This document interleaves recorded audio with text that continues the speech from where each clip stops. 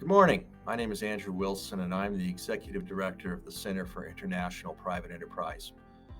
Welcome to SIPE's first Manila webinar series for 2022. Following on our successful launch of the Manila webinar series last year, we kick off our 2022 webinar series with an important and timely topic: the 2022 elections and what's at stake for Philippine democracy. And we're delighted to co-host this forum along with our partners, the Makati Business Club and the Philippine LGBT Chamber of Commerce, PLCC. We're holding this forum on the eve of the 36th anniversary of the EDSA People Power Revolution, which led to the restoration of Philippine democracy in 1986. The People Power movement is considered one of the most impactful events that has shaped the global democracy landscape in the last several decades. And the upcoming Philippine elections will prove to be another important milestone for this nation of 110 million people and the oldest democracy in Southeast Asia. However, the ongoing COVID-19 pandemic and a series of democratic regressions have caused unprecedented strains on democratic and market institutions, testing the resilience of Philippine democracy and its economy. Thus, the future of the Philippines, once labeled by the likes of Moody's Analytics and the Asian Development Bank as Asia's rising star, needs to be reassessed with strong citizen engagement to address key economic challenges, such as a mounting debt of $230 billion, a rising poverty rate of 23.7%, and unemployment currently at 6.6%. This is coupled with institutional setbacks, such as the perceived arbitrary application of the rule of law, weakening governance, transparency, and accountability mechanisms, and limited safeguards to ensure equal rights, social protection, and inclusive economic opportunities for marginalized Filipinos. As I hear from our colleagues and partners in the Philippines, Filipinos consider elections as the cornerstone of democratic institutions. It is through elections that the Filipino people are able to perform their due diligence check on government behavior and demand public accountability. As such, strengthening democracy requires work beyond an election. It involves a more strategic, long-term, inclusive approach that leverages local demand to safeguard democratic values and norms and propel democratic engagement forward.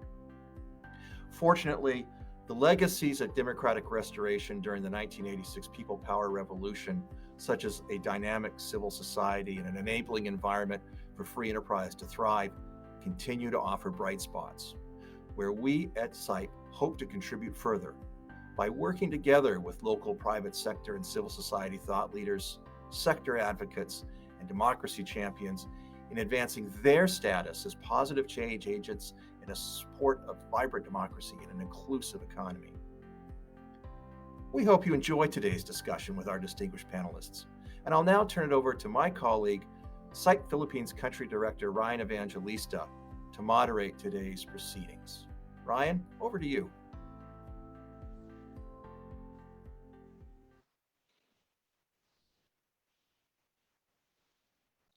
Thank you very much, Andrew. A pleasant morning and good evening or good day to all of you wherever you are in the world. It's my pleasure to moderate this session. Amidst the backdrop of an ongoing pandemic, our country will hold our national elections in May. There's over 67 million registered voters in the upcoming elections.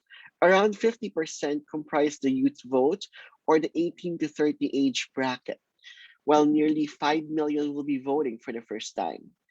This coming elections is the sixth presidential elections we will hold post-EDSA People Power movement.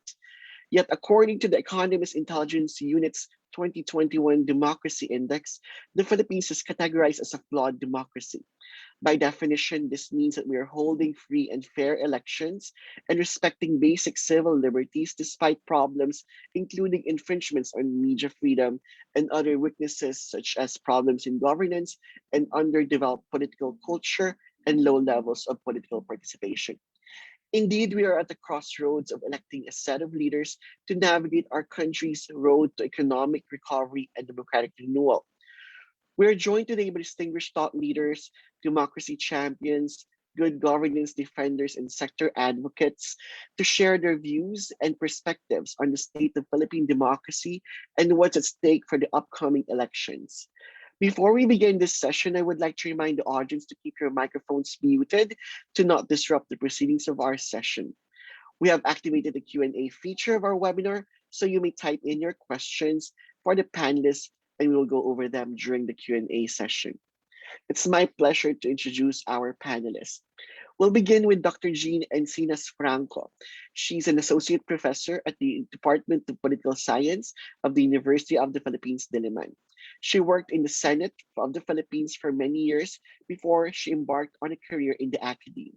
She teaches courses on gender and feminist politics and international relations. Her publications in local and international academic journals deal with topics on gender, women's rights, and labor migration. Our next panelist is Linrose Jane Henon. She's a member of the Executive Council of Young Women's Plus Leaders for Peace Philippines, a network of young women and LGBT leaders in the country who are agents of peace and human rights, women's rights, gender equality, and security. She's currently a faculty member at the Department of English of the Mindanao State University Iligan Institute of Technology. She's also a participant of the UNDP 16 by 16 initiative that supports 16 activists from all over the world in advancing SDG 16 and one of the community democracy youth leads. Our next panelist is Coco Alquaz, the executive director of the Makati Business Club. Prior to joining MBC, he was bureau chief of Bloomberg News, business news head and anchor at ABS-CBN News Channel, and contributor at Rappler. Next in our list is Marlon Nombrado. Marlon's a critical media literacy educator with 7 years of teaching experience in both secondary and tertiary levels. He's one of the co-founders of the Out of the Box Media Literacy Initiative, an organization that recently won first prize in the 2021 Global Media and Information Literacy Awards of the UNESCO. Marlon is a full-time or part-time lecturer at the College of Arts and Communications in the University of the Philippines, Baguio, and an alumnus of the U.S. Department of State International Visitor Leadership Program. And our last panelist is Ron Astillas. Ron provides guidance and vision on businesses on the current as the current chair of the Philippine LGBT Chamber of Commerce, an on-stock nonprofit industry organization of businesses of, by, and for the Philippine LGBT community. He obtained his master's degree in international political economy from the University of Manchester in UK as a British Chevening scholar and currently serves as consultant for multi-stakeholder organizations, entities, and provides advice on public policy, stakeholder engagement, and external economic relations. Let me just say, I'm so thrilled to have all of you in our panel. This is a dream panel for me, and I'm so happy that we're doing this, I think, around 80 days before the national elections. And to kick off the discussion, I would like to ask our panelists to weigh in on the question about doing elections in the middle of a pandemic. This is a very historic time in our country. Uh, Although we have a lot of setbacks currently at play because of the pandemic. But I want to ask the panelists, what is the impact of this pandemic to the elections? What do you see are some of the challenges, if not issues, that we need to discuss with the candidates? And what should we hear from their campaign? I'll start with Dr. Franco. Hi, Ryan. Hi. Good morning, everybody. Good morning from Manila. Um, yes, this is a historic election in the sense that we are holding it in the middle of the pandemic. There are still mobility restrictions. And I guess compared to previous campaigns, I think candidates are now making so much use of social media, and that also makes them accessible to those who frequently use social media. And if you know the Philippines, and as you know, the Philippines uh, has used social media often. Filipinos have used social media very often, and we love to use Facebook and Twitter to express our views. And that's an advantage for candidates, but that can also be a disadvantage in terms of the fact that there's also proliferation of fake news and not so accurate depiction of history, which is very unfortunate. And I'm very sure that a lot of people are alarmed by it. And in fact, this has also been called out by a lot of sectors. No, the other thing is that the sorties of presidential candidates are kind of what do you call this, creative nowadays, because they cannot have a lot of people in one specific area. So there are mini sorties going on, so that in effect tells you that they're adapting to the restrictions. Candidates are more available on social media. They all have their, what do you call this, Twitter, Facebook handles. And yeah, because people are tuned into social media, I guess that also, um, in a sense, gave a lot of audience for these presidential interviews, and the debates in the future. Because I think that's one good development in this election. Prior to this election, previous elections did not have so many debates and interviews. And I am seeing that a lot of netizens are, elaborating, or at least, at the very least, scrutinizing the platforms of candidates, which I have never seen in previous elections. Thank you, Dr. Franco. A very good thought on highlighting the role of social media now more than ever, that there are mobility restrictions. And when we talk about social media, the first thing that comes out to my mind are the youth voters. As I noted in the introduction earlier, 50%, around 50% of the voting population comprise the youth. These are the netizens themselves. These are the Gen Z or Gen Y generation, so to speak. Lynn Rose, you're one of the youth leaders that we have in the country. How do you think this pandemic is affecting the interaction, particularly with the youth? And what do you think are the challenges and issues, as well as the opportunities that we need to bring up to the attention of the candidates now that we have more, I guess, platforms to be able to discuss and have a discourse with them? Thank you, Ryan. And I agree with Dr. Jean's input earlier as well. And maybe my input is also connected to what she shared. And I'm representing, like a group of young people, especially most of our network is working with young people in Mindanao. So maybe my capacity of sharing inputs here is based on my experience with mostly young people in post conflict and conflict affected areas in the work that we do. So as you mentioned in the introduction, Ryan, you said that one of the key characteristics of democracies is free and fair electoral process in which all citizens can participate in. And mobility restrictions, as mentioned by Dr. Jean, have an impact on ensuring everyone can exercise the right to vote. And we have seen it even during the start of the registration process during the election. So common challenges for especially first-time voters very include like slow process of registration and voting, and voters, like typically have to endure long lines, rain and heat. I think, and for speaking for young voters, this situation or context could potentially discourage first-time voters, mostly young people, to register and vote. So that's one of the challenges that I've probably seen. And also, we are also, I think now we are confronted with, in the context of pandemic, we are confronted with the challenge to work promptly with the public health authorities and civil society stakeholders to address existing challenges to voting and political participation, and to ensure that we will hold a safe, open and competitive election. And speaking of the word safe, I mean, I'm talking about, in the context of COVID-19 crisis, we have seen that democracies are under attack.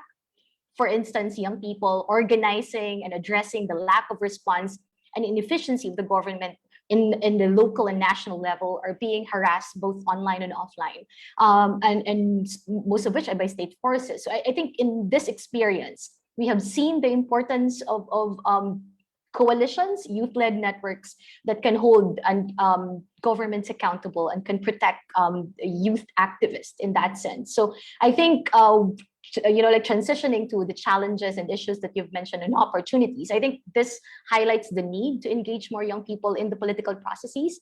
And we also need to create more enabling and safe environment for young people to engage and take on leadership roles and especially in political processes. And also access and inclusivity is still an issue.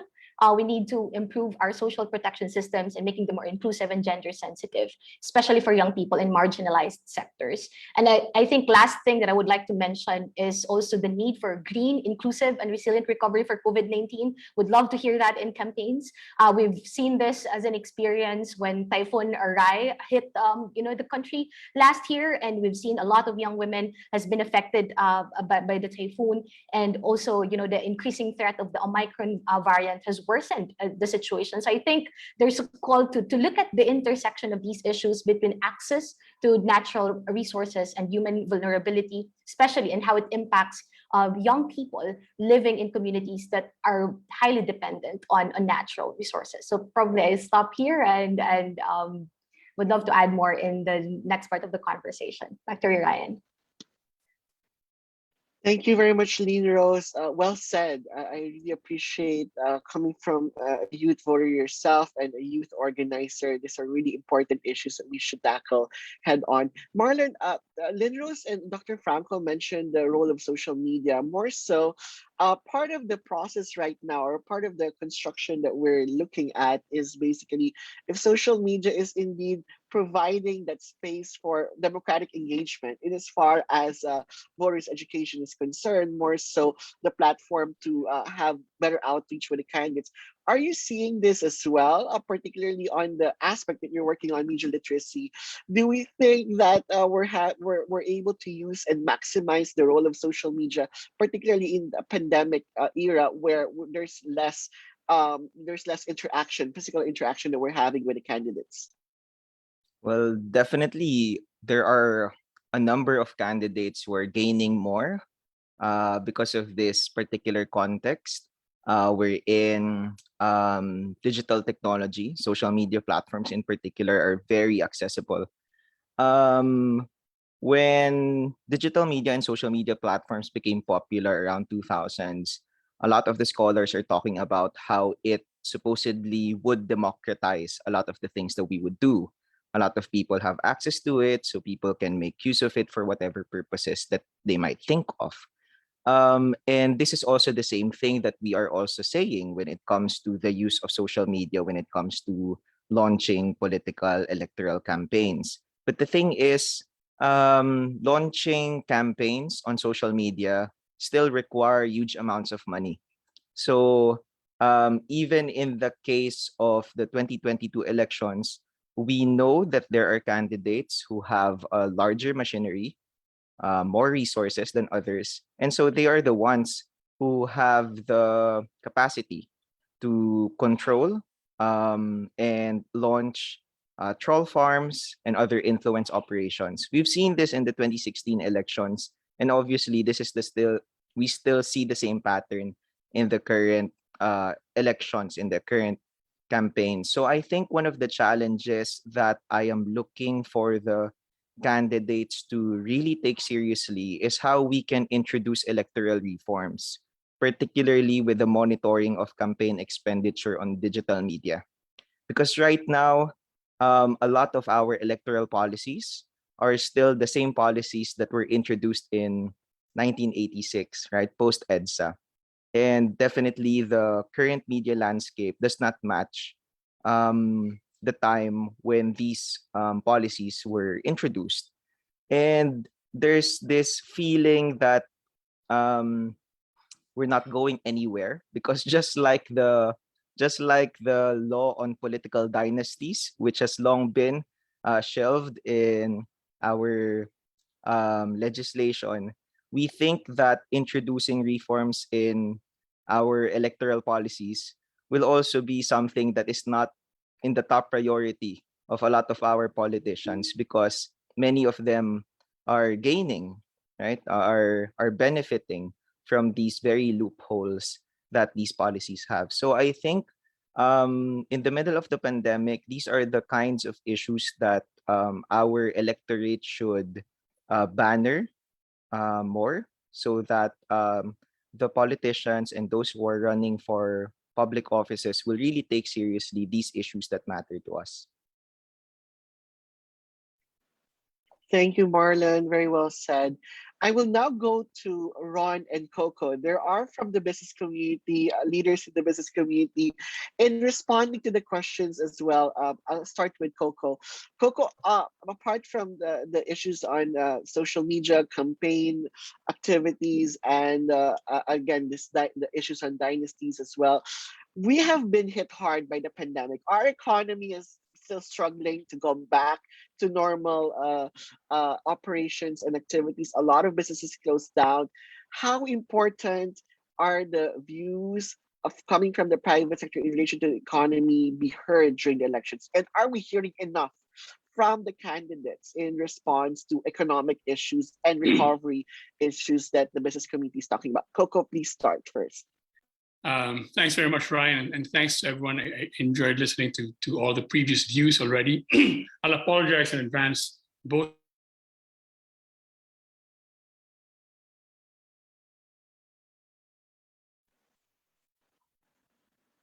I think we're having a bit of a technical glitch, but Ron, we'll turn to you first, and once Coco is back, we will have him respond to the question. Go ahead, Ron.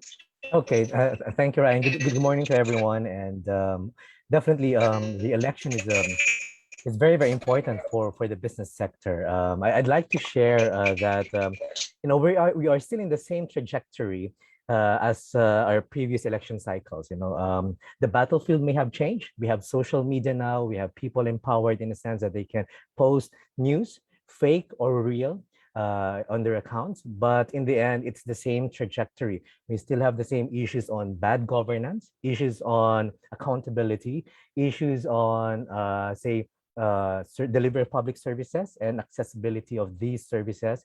And I think it's very, very important to highlight the business aspect of development. And I cannot disregard that. Being part of a Chamber of Commerce, it's very, very crucial for us to understand and hear from our candidates the plans that they have for the economy.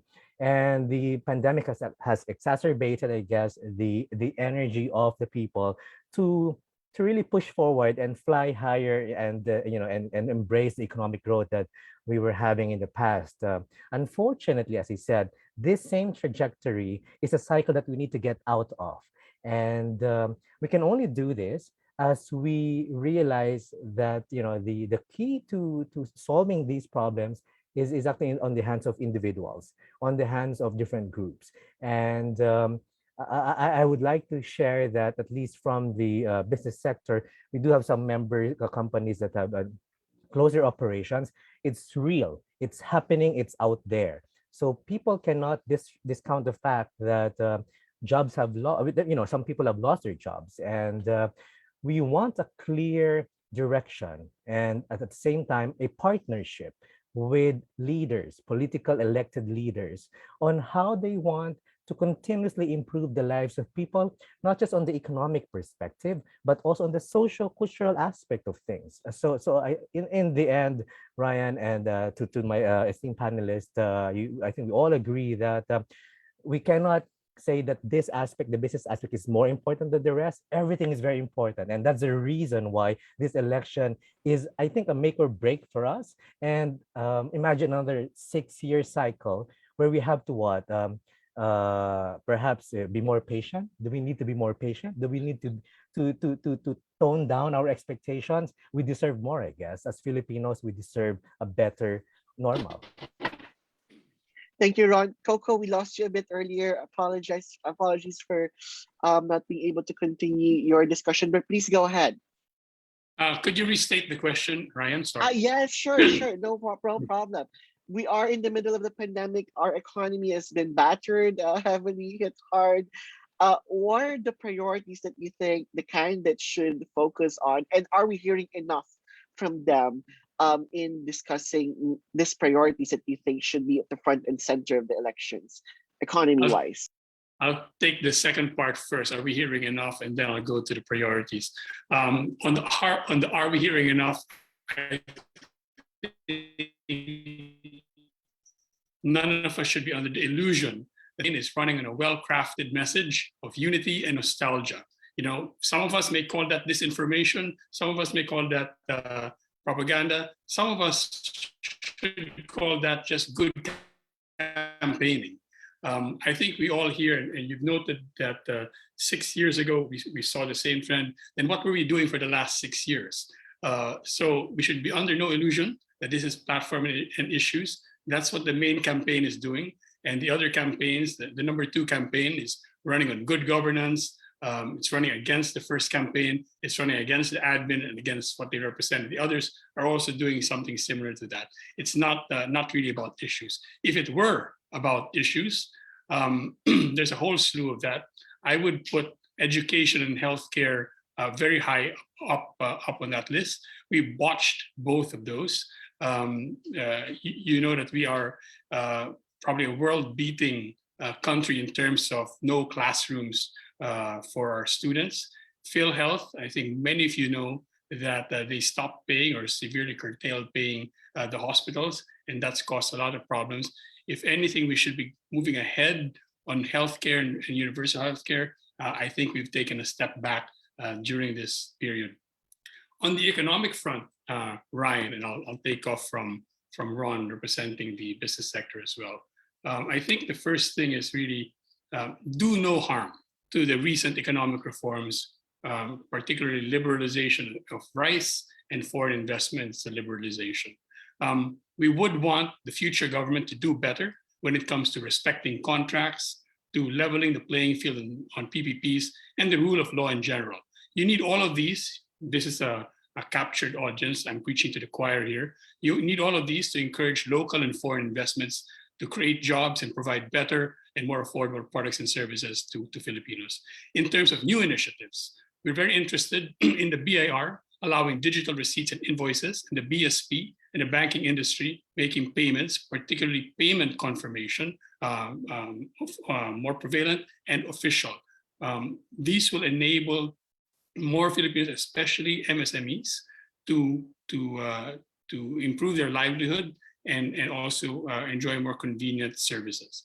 We're also interested in, as I mentioned earlier, along these lines, unemployment insurance, fixing loopholes in employee benefits and making them portable, and fixing PhilHealth. Ryan. Thank you, Coco. Wonderful list, actually. I really like everything that you mentioned.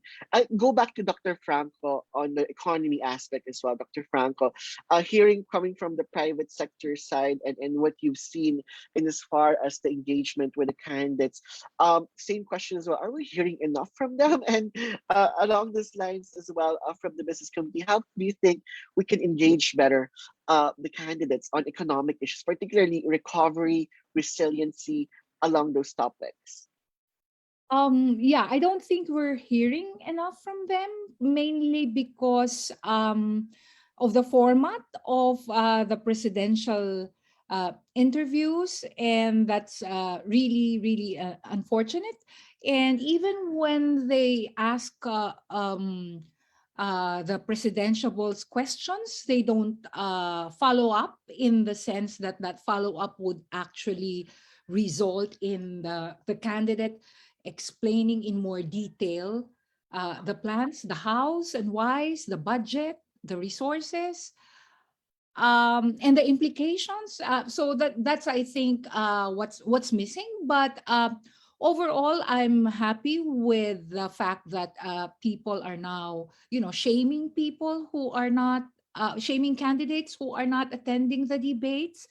that's a welcome development, because in the past, candidates can just not attend debates and still win, no? So I hope we are heading to the direction in which really candidates will be forced to attend these debates, no? And I'm particularly interested in what Mr. Alcoa said about nostalgia, and I think that's mainly what's going for the front runner. And that's something that's not unique in the Philippines. It happened, for instance, in South Korea and in other countries in Europe, in which there's a backslide in terms of democracy. And yeah, it's very, very powerful, because in an environment in which there is much insecurity, specifically, for instance, in our case, the pandemic and the unemployment, and particularly underemployment, uh, that has resulted because of the pandemic, um, that enables people to sort of imagine a past that I mean, even if it's wrongly presented, even if there's a lot of inaccuracy, because it's so simple, so that makes it very attractive for them. I guess that's my explanation for why this is why the front runner is the front runner right now. But the key is to, you know, get out of that nostalgia, convince people to get out of that nostalgia and say that, there is no gold to speak of, that the dollar will not go back to 7 pesos to a dollar. That's not gonna happen. I mean, there are more than 10 million Filipinos in territories, in more than 200 territories around the world. I mean, no government will allow the dollar to go back to 7 pesos, and the prices of goods are no longer going to be the same as in the 1960s and the 1970s. So, and also to look at the messenger who's trying to convey this nostalgia. You know, that tells us if this nostalgia is even going to go to return to be a reality again, because we need to also look at the track record, no, of this front runner. Thank you, Dr. Franco. Those are very revealing information, so to speak, and very finely worded as well. Coco, you wanted to quickly respond. Please go ahead. Partly because what Dr. Franco said excites me, partly because I never know when my internet will fail again. You talked about shaming the candidates. I think we all know here that this shaming could be happening in our own echo chamber. The people who they would need to be shamed by, assuming that's a valid course of action, may not even hear this. I don't think any of us here know how Facebook really works. And we don't really know, it's very difficult to really know what's going on there unless you are there. I think part of our problem is that we haven't had this kind of, this information has always been there.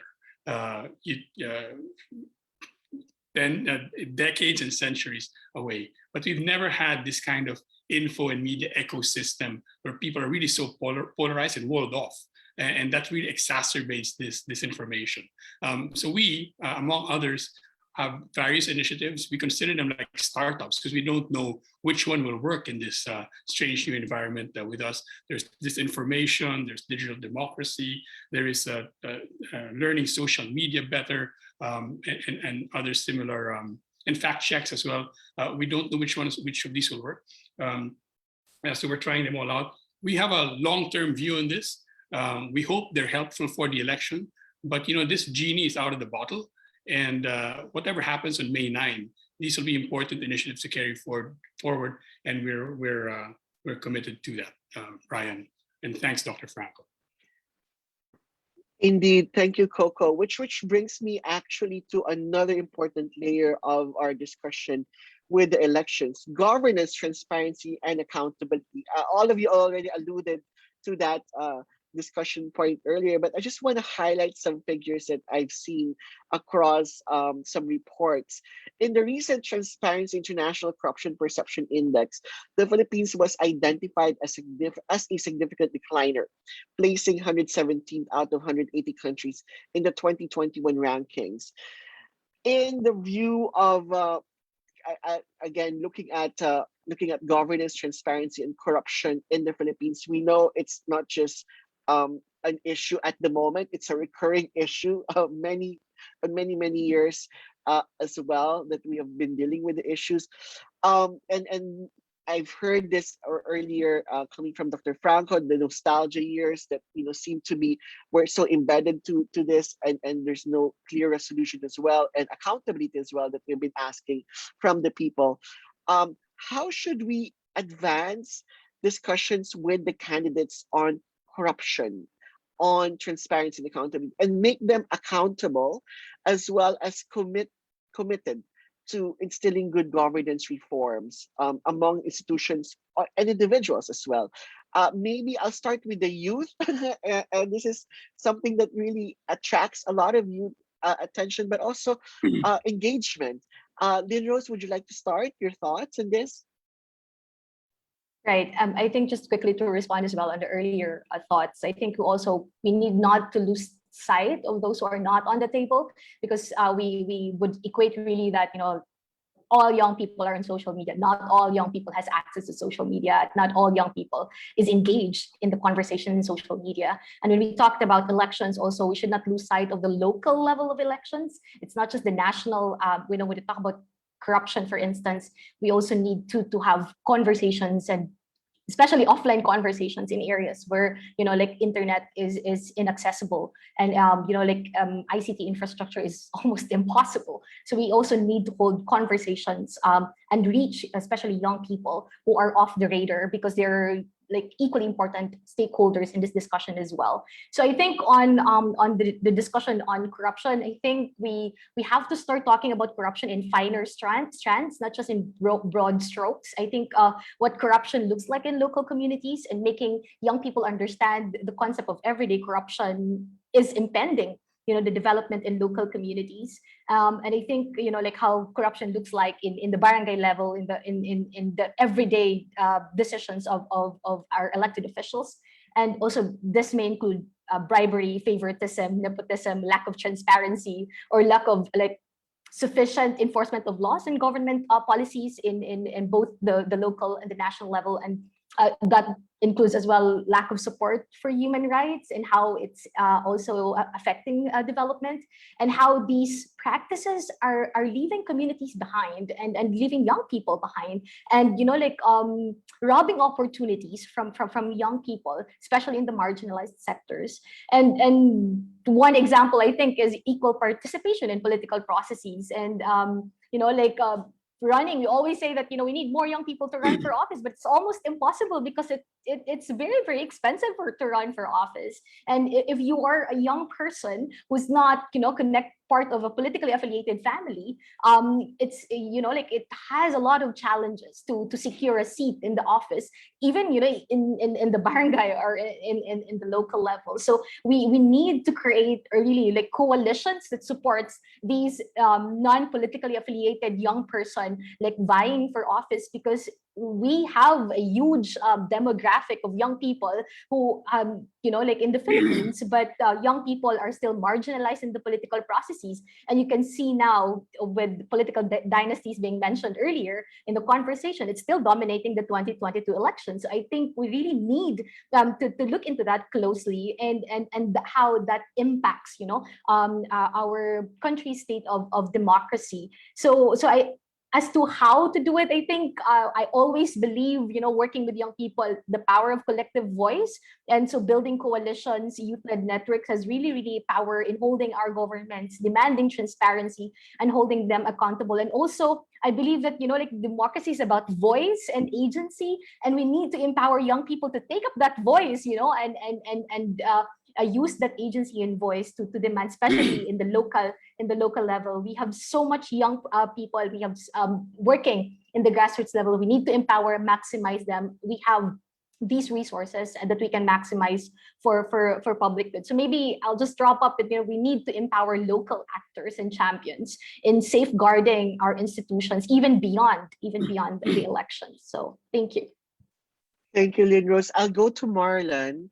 And Lynn-Rose made a very good point on saying empowering the younger generation, the youth leaders, grassroots leaders for that matter. How can we make use of media literacy as an empowering tool, particularly to expose or to, well, engage government more or our candidates more on transparency and accountability issues? Well, at least in out of the box, in our own theory of change, we conceptualize media literacy as one of the means to promote a kind of democracy that is participatory. We always want to emphasize the relationship between media literacy and civics, in that when you are a media literate person, you become more empowered to participate in political and civic discourse. Of course, it's not always like that.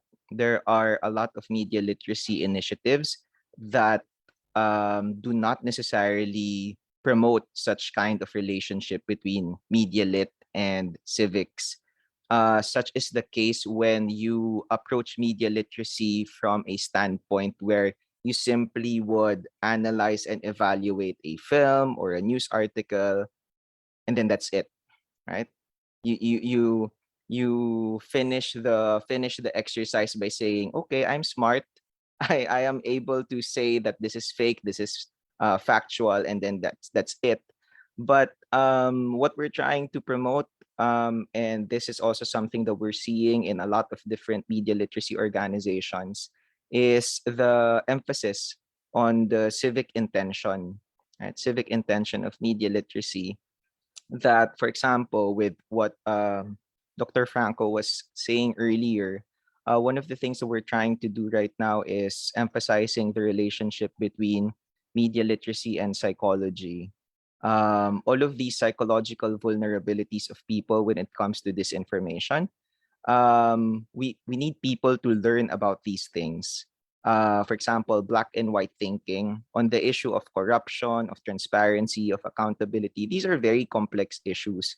But sometimes if people just rely on the messages that they receive through memes, then we can never appreciate the complexity of it, right? And this is the same kind of messaging that many of our political candidates are using. No, I can solve corruption by this, by that, but it's not really a simple thing, right?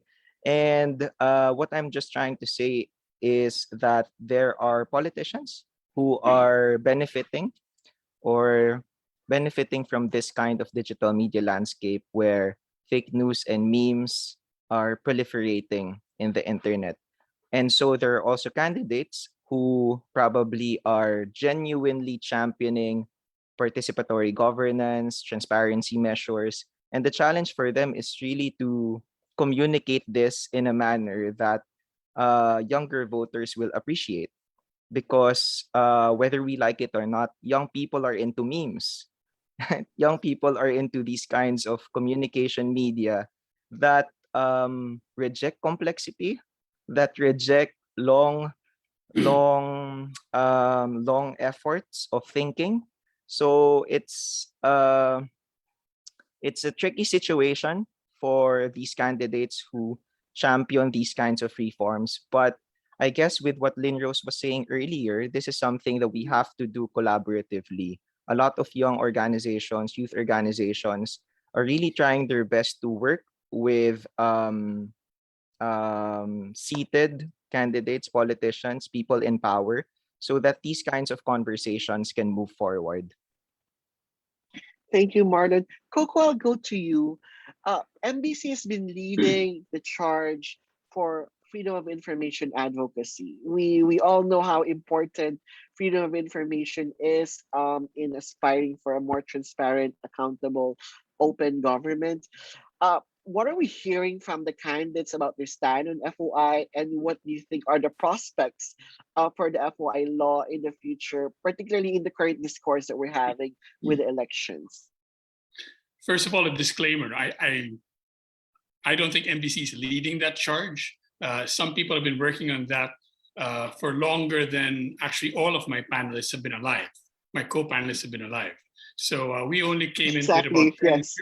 we only came into it about 10 years ago. Also, my colleagues who are working on it were born after some people were working on this advocacy. We only came to it about 10 years ago, and we only strengthened or revived it thanks to SIPE about a year and a half ago. We have a project that will present how the candidates are talking about FOI and other issues. So I don't want to preempt that.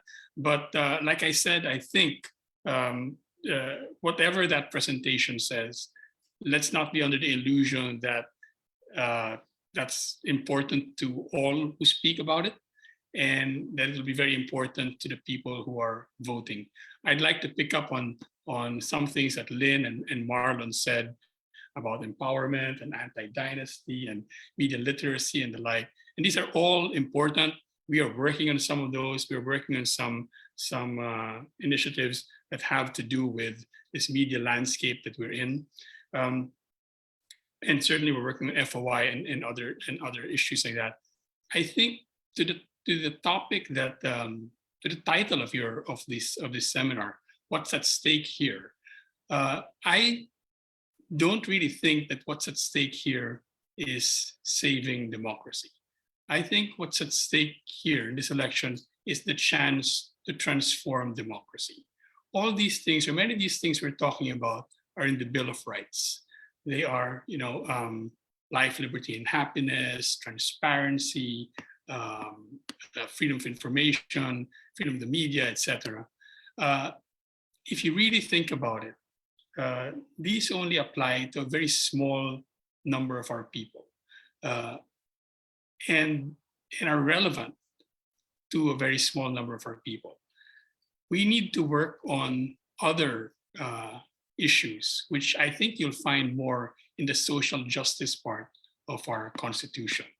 Things like healthcare, things like education, and better housing, better labor, better services.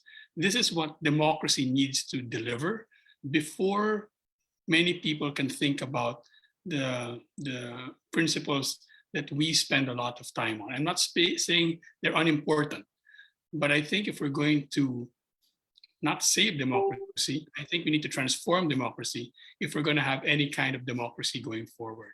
I think all of us know that there's a global wave against democracy right now. And I think it's up to us to decide whether we are going to build a strong enough alliance by linking up with an educated youth, a better educated youth, a labor sector that's better provided for, forming that kind of alliance so that we have a chance to dictate the terms or to set the terms of the new kind of democracy, rather than leave it to people who, in the chaos that is there for various reasons, including in some accidental, some intentional. In that chaos, people like nostalgia. People respond to leaders who will say, "I'll protect you against a certain enemy." And between that nostalgia and that enemy, just give me the power to decide things for yourselves. People will respond to that in this chaos. And if we want to transform democracy, we have to form a strong alliance by working on other broader issues in order to try to influence the terms of the new democracy we hope will come out of this period. Thanks, Ryan. Very well said, Coco. On that note, transforming democracy, I'd like to shift a bit our focus on the discussion on representation, participation, and protection of underrepresented or typically marginalized sectors. And I'll go back to Dr. Franco on this discussion. What do we need to know from our candidates and the sectors maybe as well, different sectors who are typically marginalized, underrepresented, about their programs on and initiatives on human rights, social justice, equity, and economic inclusion? What should we talk about? As Coco mentioned, we need our democracy to transform, rather focus on certain issues that are tend to be vague, but put in more granularity in the process. What we should ask and know further. Dr. Franco, let's start with you. I think that's a very good question and a follow-up of Mr. Alcoa's discussion earlier. Yeah, I don't think any candidate would say that he or she is anti-human rights, no?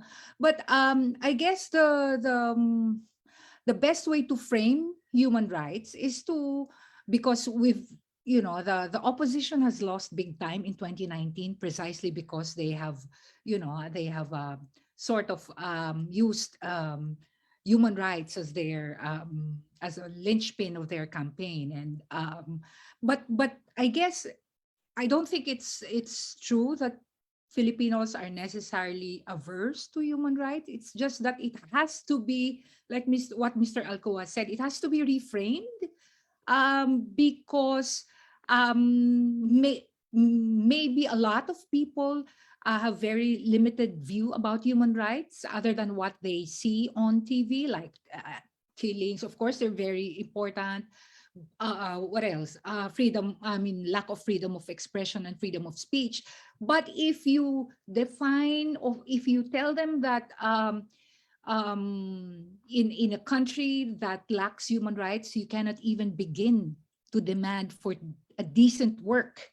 You cannot even, unionize. You cannot even begin to demand anything from the government. Then that's something that would make it attractive for them because it relates to their everyday. No?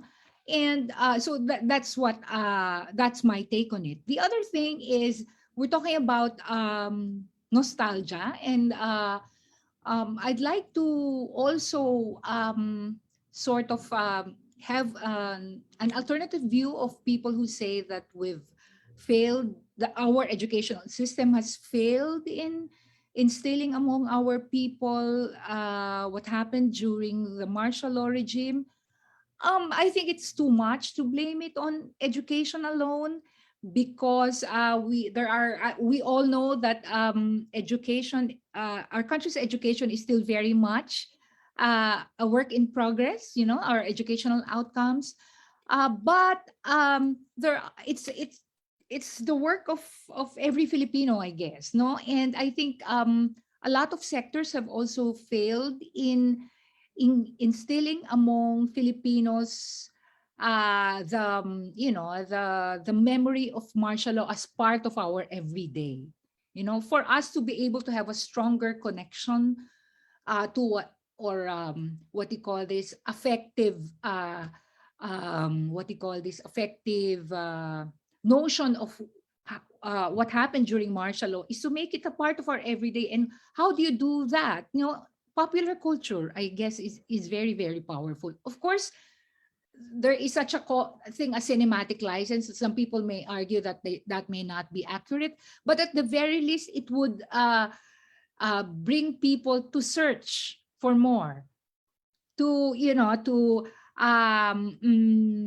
stimulate their minds. I guess some countries in the world have been more successful compared to us with regard to that. So I think that's also very, very important.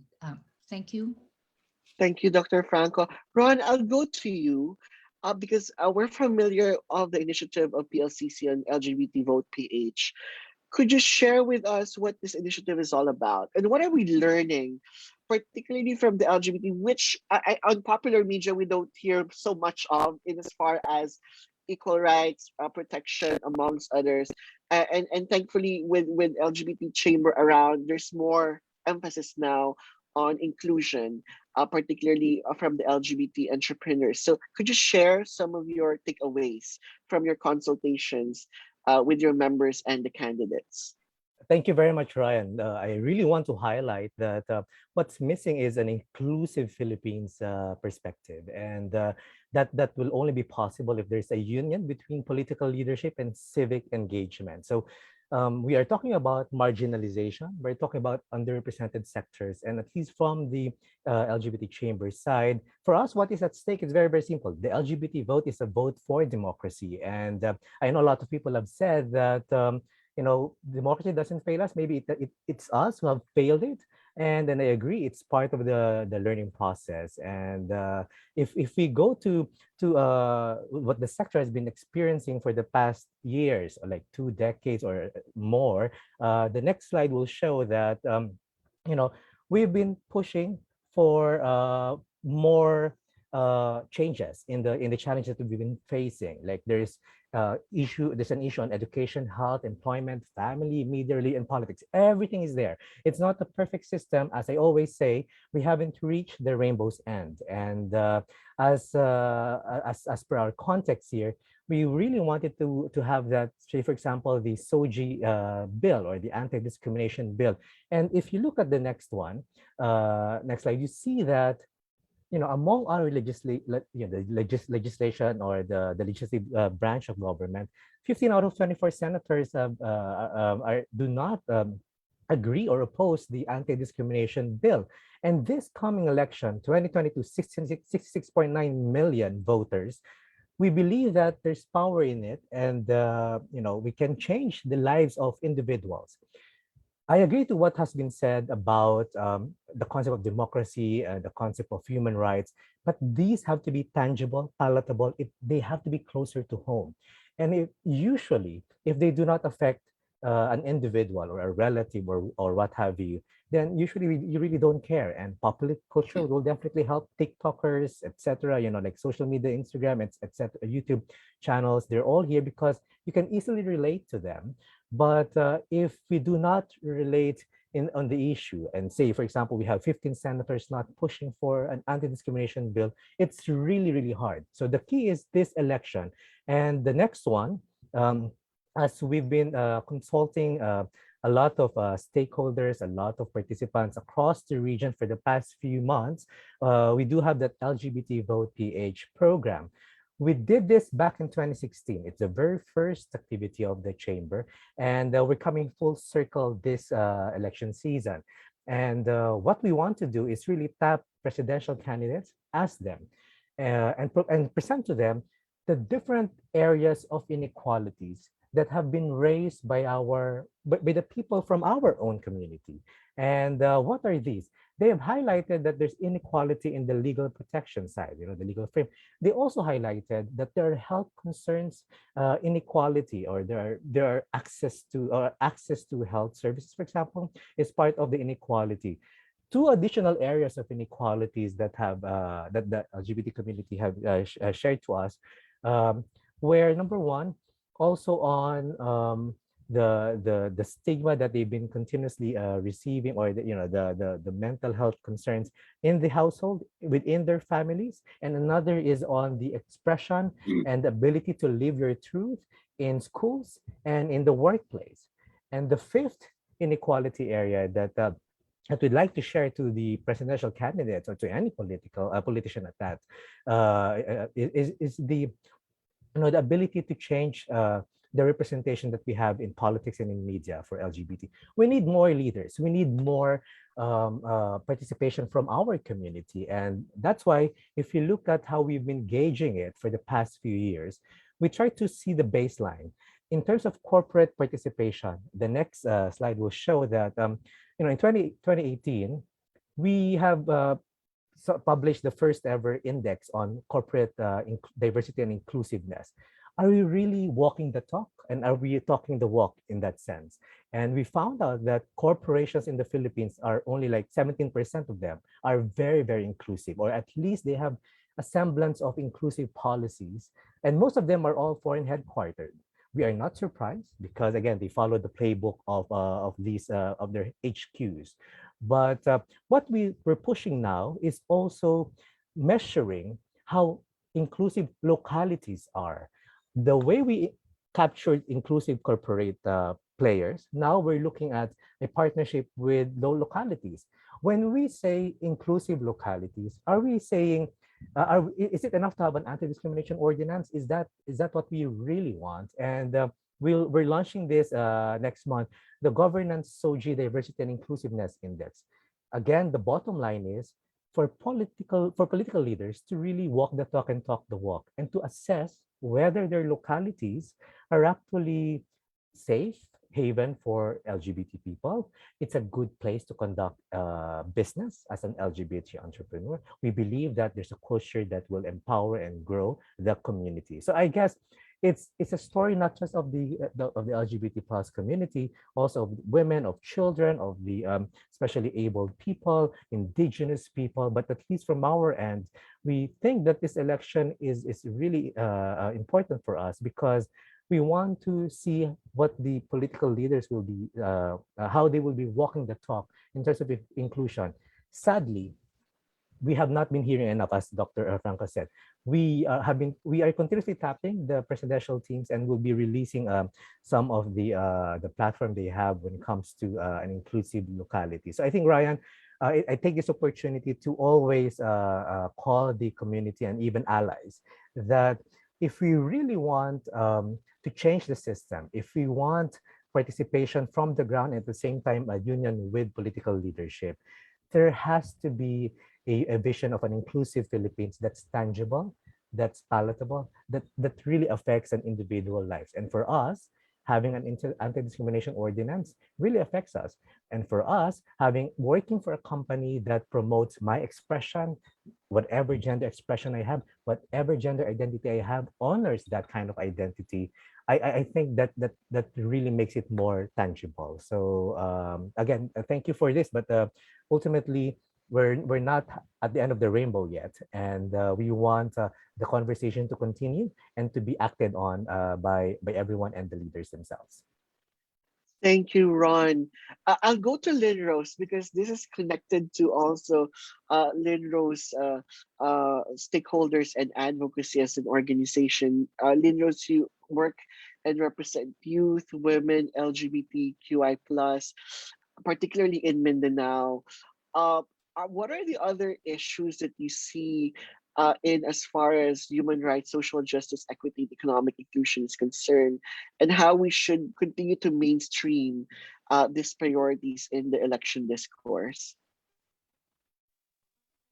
Thank you so much, Ryan. And I totally agree that election is an entry point for engagement, especially for young people, and also maybe connecting to the earlier points about like the importance of the social media space as well, and also what's at stake here in the communities that we work with.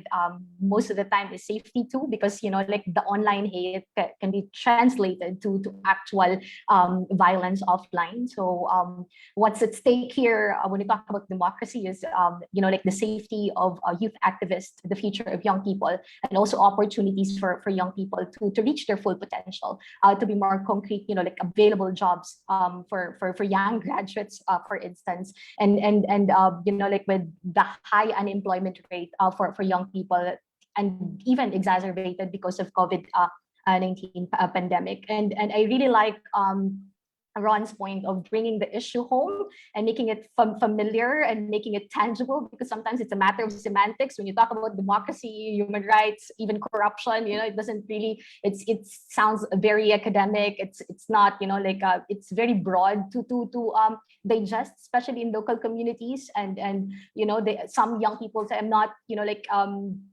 educated enough to understand all these concepts that you're throwing at us. So I think one way we do with our network is the community youth discussions, speaking the language of the young people that we engage with.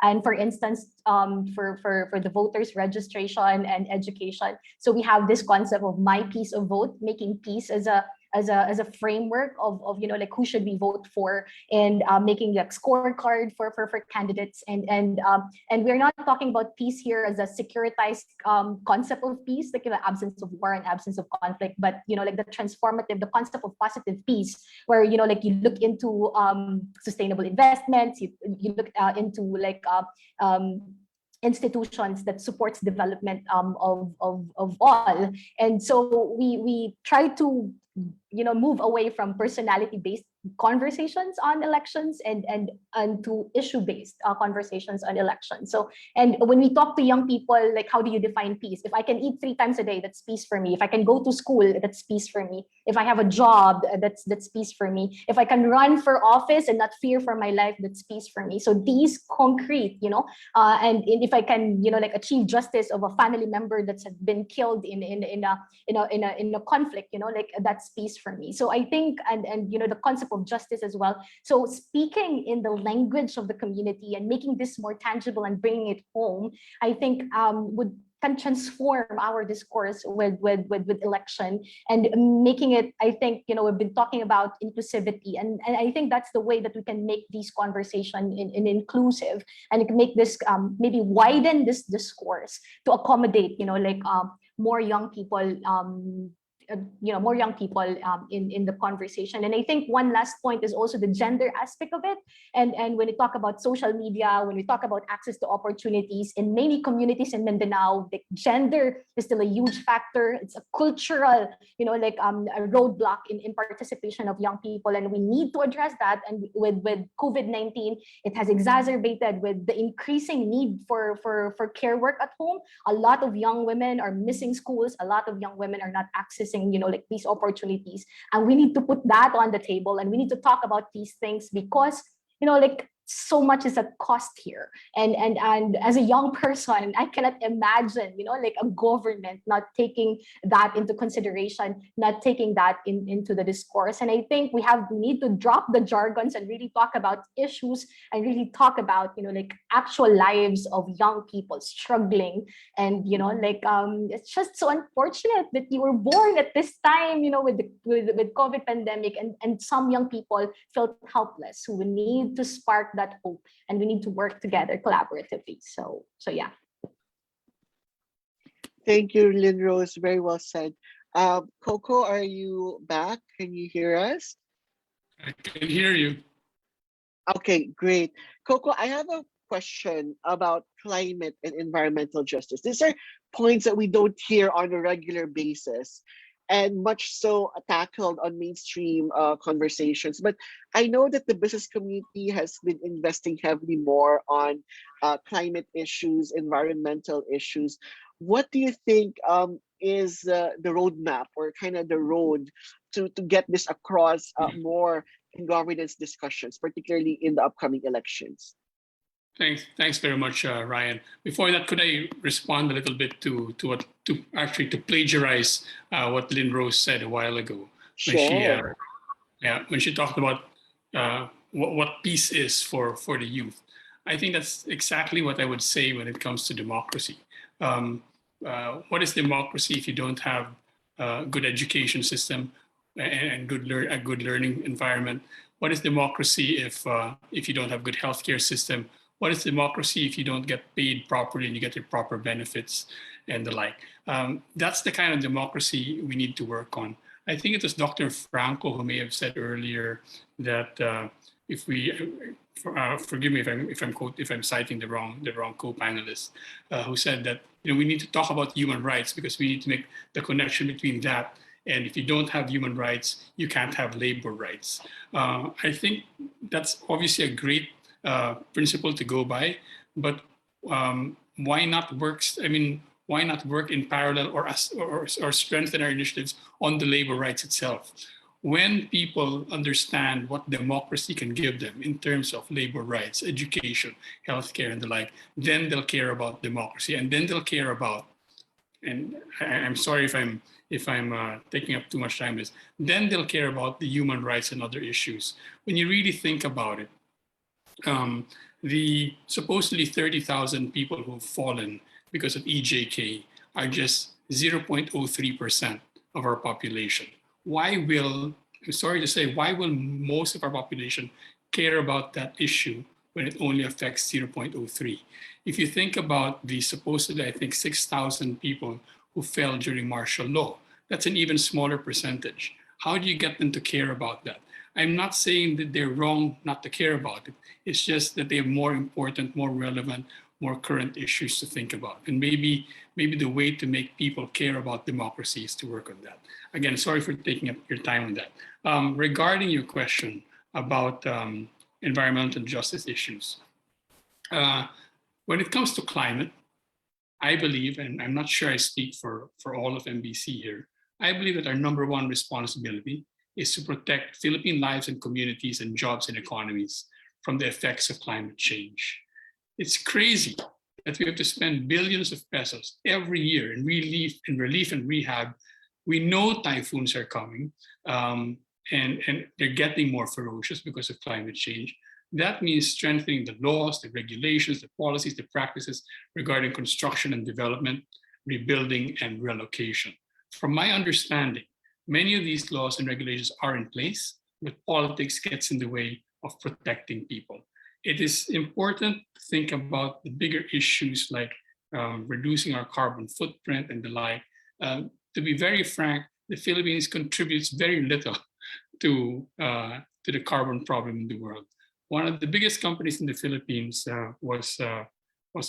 spoke in one of our activities a week ago, and they're doing something very innovative when it comes to plastics. But he said they're pursuing that with the knowledge that they're not going to save the oceans with their initiative. It's an important thing to do. It's a good thing to do. But I think when it comes to climate, let's save lives and communities and jobs by making sure that they build better, and not in a cliche kind of way, but making actual changes in terms of building policies for areas that have been hit and areas that are likely to be hit in the future. Brian. Thank you, Coco. Before I go to my next question, just want to remind the audience, we are going to open the Q&A session in a bit. So you please type in your questions if you have for the panelists. Unfortunately, Dr. Franco had to leave for another meeting. So we still have Lynn Rose, Marlon, Ron, and Coco to respond to questions. And as soon as I get questions, from the floor, I would be happy to share this with the panelists to continue on with the discussion. I have a question for Marlon, still on supporting inclusion. How do we make our typically or so-called marginalized stakeholders more active proponents of media literacy, but also as beneficiaries of truthful and factual information across various media?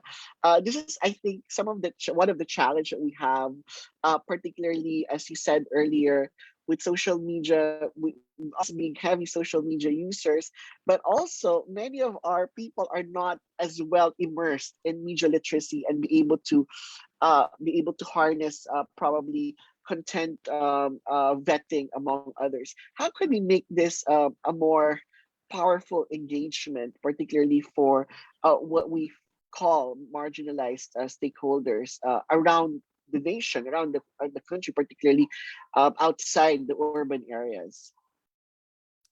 Thank you for that question, Ryan. One of the things that we are doing right now is um, we introduce the importance of promoting values and connecting media literacy to its relationship to values, aside from the relationship of media literacy to truth and facts.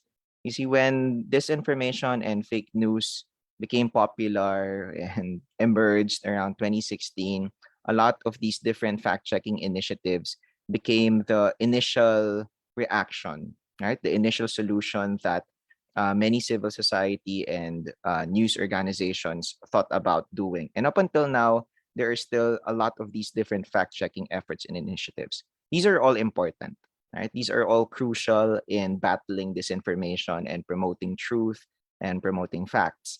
But sometimes in these kinds of initiatives, we forget the importance of promoting values, shared values, and actually asking what are the values of Filipinos? Have we lost our value for democracy, for equality, for truth, for justice? Right? Because if people do not anymore care about facts, then maybe it's a question not only of access to reliable information, but also a question of whether they value truth less, or they have a different value system altogether. So one of the things that we're trying to do in our programs is aside from promoting fact checking, we promote other strategies like mindfulness and reflection exercises so that we can question and reflect our own values. Why do you support a certain candidate? Why do you keep sharing false information?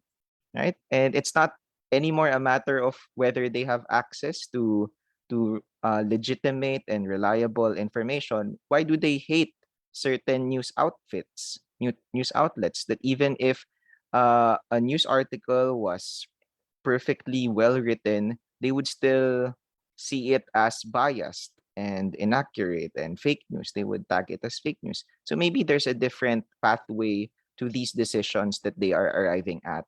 So we try to avoid, for example, on the issue of Bobotante, or this label that we assign to individuals who are supposedly uneducated, or simply to individuals who have a different political view from ours. So we call them as bobo or stupid or uneducated. This is not really an issue of cognitive competence or intellectual capacity or competence. Sometimes it's a matter of values. Do they even care about electing candidates that will benefit a larger community, and not only for their own benefits or the benefits of their families? So in order to reach, as you said, Ryan, earlier, our marginalized stakeholders, we really need, what we're trying to do now is really doubling down our efforts to know them more and to know better where they are, so that we can really not only assign to them, okay, this is how you should think about things. We should be obsessed about facts and the truth and so on. But it's more of understanding where they are and promoting empathy, promoting mindfulness. Thank you, Marlon. We have a quick question from the floor, but I'll frame it in the context of, can the panelists help provide some thoughts on why are we not doing more in terms of probably putting films or creative arts talking about issues on human rights, and in this in relation to what Argentina has done with the efforts of providing more education using mainstream outlets and media. Do you think that they're still lacking in that regard of putting more, as I heard earlier, pop culture uh, uh, use of creative arts to share our human rights story or our history for that matter? Anyone from the panel can respond to this. Coco, please. Let me take a stab at that. I think the reason we're not doing more is none of us are sure we know how to do it, even those who are doing it. That's because it's new technology, and that's because this new technology is so fragmented. Before social media came about, whatever country you were in, most of the population would listen in to a few radio stations, a few TV stations, and read a few newspapers. Now, even the most popular TikTok, and I want to ask the panelists to raise their hands if they have TikTok. I'll wait for your answer. Voila. See, they don't even have it. I don't have it. Even Twitter, actually. To just share. Okay, anyway, even the most popular TikTok is not going to get that huge a section of the population ever. This goes to the point about we really have a new kind of society and hopefully democracy going forward. The old rules will not apply. We need to learn how to do this. To that end, we have a very, very small project. Like I said, all these things are startups. We're trying to figure it out. I won't go into what the project is, but it's the thought is that civil society needs to communicate on social media better. And we need to learn how to do that. There are people who are well-funded, who are doing it, learning it, and it changes every day. It's very difficult to battle a competitor like that. The only chance that civil society has, given the fact that we are not as well-funded, our funding is not motivated by the same motivations that other players are motivated by, is if many more of us do it much better. We all need to learn social media. So I'm very, very disappointed in all of you for not having a TikTok, even to check it out. I have, and I hope there are no reporters here. I opened a TikTok a month ago and I've lost about 20% of my brain power. But I'm very, very disappointed that none of you have even tried it. We all need to learn it. We all need to learn to communicate there. That's where society and democracy is moving, unfortunately. Or that's just a fact. And if we're going to stand a chance, we need to move there. Thank you, Coco. Let me see if I get inspired of opening an account later with TikTok. But Lindros, quick reaction, and then we're gonna wrap up in a bit. Thank you.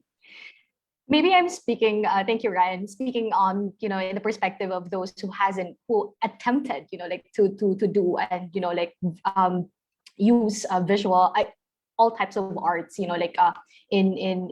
communicating, in advocating for these. I think we don't lack talent. I know a lot of groups, local groups, who has that strategy, who uses that strategy. I think we need to decentralize resources. Sometimes, most of the time, for example, mounting performances and producing films cost a lot. And most of these are youth-led networks. Most of these are young people, budding artists, and they don't have enough resources to go on with their projects. So one, I think, issue is resources. Second is safety. And with the red tagging online, and even if you work in the academia, there is still a tendency that you get red tag and create. I know a lot of friends who has been created dummy accounts on Facebook, and they've been harassed online. So that is an aspect. And if you don't have resources to protect yourself legally when it comes to those spaces, that could also be a hindrance to do such. So I'm not saying that there are a lot of young people venturing to that side, making use of arts for advocacy, but they need technical, they need legal support, and they need resources to continue to do so. So I think those are my 2 cents in that question. Thank you, Lynn Rose. Unfortunately, we have to end in a bit, but this has just been a very powerful and very thought-provoking discussion in a very positive way. I'm just very thankful to all of you. My final question, and anyone from the group can probably help me wrap this up, because that's also the same mode or same question that I received just now from one of our audience. In this light that we're commemorating the 36th anniversary of the People Power Revolution tomorrow, and more than half of the population that's voting in the upcoming elections are post-EDSA babies. They were born, probably Lindros and Marlon would be in that group as well. If there's anything that you could share, some people now, as you've seen probably in social media and many other media outlets, mainstream or otherwise, question the legacy and ideals of the EDSA People Power movement and revolution, how it remains still relevant today, for example. To the young generation of voters, to the new voters who will be joining us, who might be joining our audience today, what's your message? And how would you think EDSA People Power movement should be constructed in this current discourse that we're having with the elections? I don't know who wants to do that thing. Maybe Coco, you want to take a shot at it, and Ron or Lynn and Marlon, anyone from the team, and then we'll wrap it up and turn it over to John in a bit. I think we lost Coco, but Ron might want to do that quick thing, and then we'll wrap up. Thank you. Thank you. Thank you, Rai. I think what we need to tell the youth now, to everyone watching and beyond, EDSA is a celebration of different colors. So it is not limited to one color, two, three. It's a celebration of different colors, because EDSA is each and every Filipino out there taking a stand on the future, taking a stand on how you want the country to move forward. As Marna said, the values that we're shaping day in, day out, the engagement towards peace building, as Lynn Rose has said, and of course, the memories of the past, which should be real, which should not be imagined. And I think that's a message that we have to continuously tell people. EDSA is not just one color. EDSA has different colors. People celebrating EDSA, people going outside, doing what you need to do in whatever field you're in. It's very important to understand that as you celebrate it tomorrow, it really means being empowered. And I'm very happy that the social media has empowered individuals, but at the same time has widened, has increased rather the risk of misinformation. And more, EDSA allows us to think for ourselves and see whether this is the Philippines that we want today and tomorrow. Thank you so much, Ron. Thank you, Lynn Rose and Marlon and Coco. I'm sure he'll be back in a bit, but this has been a very engaging discussion. I look forward to many more discussions like this with you later. And on that note, we end the session, and I give it to John Morel, our Asia Pacific Director, Regional Director, for the closing. John? Thanks, Ryan. This has been fantastic. And I'll say this. When we were talking before the program, I mentioned how a lot of people in Washington are very interested in what's happening in Manila. Well, I'm going to repeat what all of the panelists have been saying to people in Washington, D.C. And I hope I sound half as smart as all of you have over the course of this session. From Dr. Jean, who had to leave for another meeting, but she talked about the role of social media in 2022. She also fascinatingly talked about the politics of nostalgia. That is not something unique to the Philippines, but what a fascinating idea, the politics of nostalgia.